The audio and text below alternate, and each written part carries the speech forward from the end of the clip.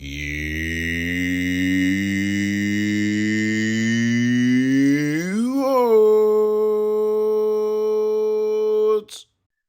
Greetings, fellow Watford fans. Omar here, and it's time for the YouOrns Friday Focus on Watford versus Wigan on Saturday at Vicarage Road. Watford are coming off their first win in almost, a month? Something like that. Well, in 4 games, when they defeated, of course, in midweek, Birmingham by a score of 3-0 at Vicarage Road. And they had a fine first half in that game. And Watford are looking to take what they did in the first half of that game into the whole game against Wigan Athletic tomorrow at the Vic.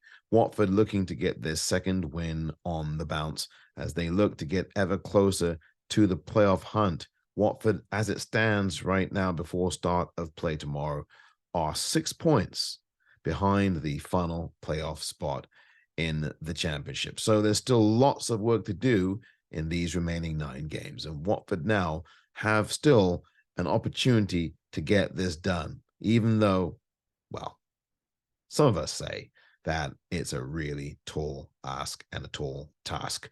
But Watford will, I guess, try. If they play the way they played on Tuesday night, then they are certainly looking to fight. And that's what I want to see from Watford tomorrow. Fight, spirit, energy, passion, heart.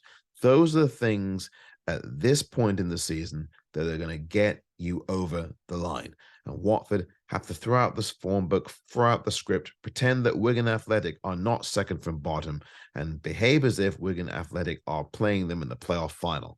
Because realistically and really, every one of these last 9 games that Watford will be playing are playoff finals. Watford know that any more slip-ups from here, they can really afford only 1, maybe 2 more at the very most, maybe only 1, if they are to have any chance at all at getting to the playoffs. I think they need 6 more wins from these remaining 9 games. We'll see if they can at least start the road to that kind of playoff realization. You see, I hesitated there because it might be a case of too little, too late, but Watford cannot afford tomorrow to take their opponents lightly. For Wigan Athletic, as I've already mentioned to you, are fighting against one thing: relegation. Wigan Athletic have been either at the bottom or second from bottom for much of the last few weeks. In fact, most of this calendar year, Wigan have been mired in the bottom 3, if not rock bottom itself. And a late point against Coventry City the other day ensured that Wigan would be off the bottom of the table before they take on Watford. Now, this game is going to be one that's going to be very tricky for Watford. I call this a trap game. Now, why do I say that?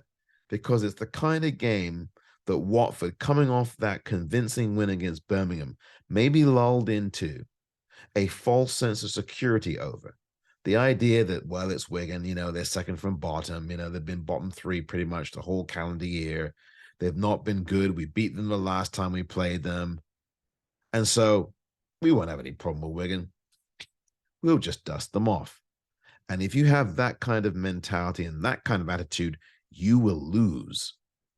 So it is incumbent upon this group of happy Hornets that they must not take Wigan for granted. They must respect the opponent, but they must also take the game to the opponent. And that's really what Watford must do tomorrow. And as they did against Birmingham, they must score first. Watford must score first and early, because that's exactly what they did against the Blue Nose on Tuesday night at the Vic.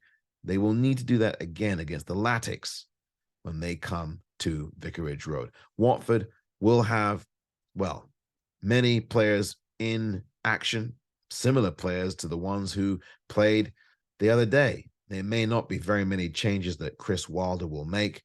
Ismail Assar, who knows whether he'll be in. Seems like he has a hamstring pull or strain. He didn't play the other day.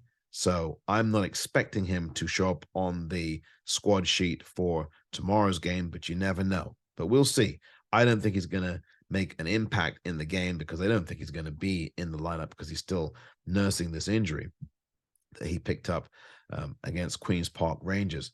But this team now have to move on and play the football they played against Birmingham in the first half. Ismail Kone was terrific in the game against Birmingham, and I really like what he's doing on that right side of the pitch. I expect Chris Wilder to go with his favored back three and play in a 3-5-2. I can expect that that will probably happen. Keenan Davis on the score sheet, so he will definitely start. I guarantee that on Saturday, as will João Pedro. That's more than likely a given as well.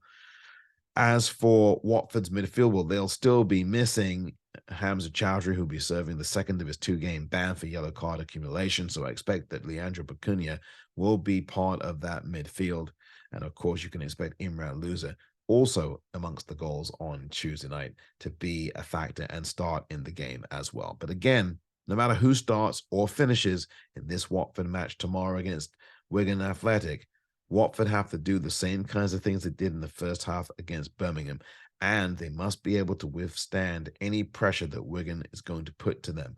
Watford are especially vulnerable on the counter-attack and on set pieces, and Watford have to tidy those things up a whole lot better in this game against Wigan tomorrow. And remember, the most important thing is show passion and spirit and desire. Show that you care. You still have to convince me that you care. And you still have to convince me that you really want to try for a spot in the playoffs.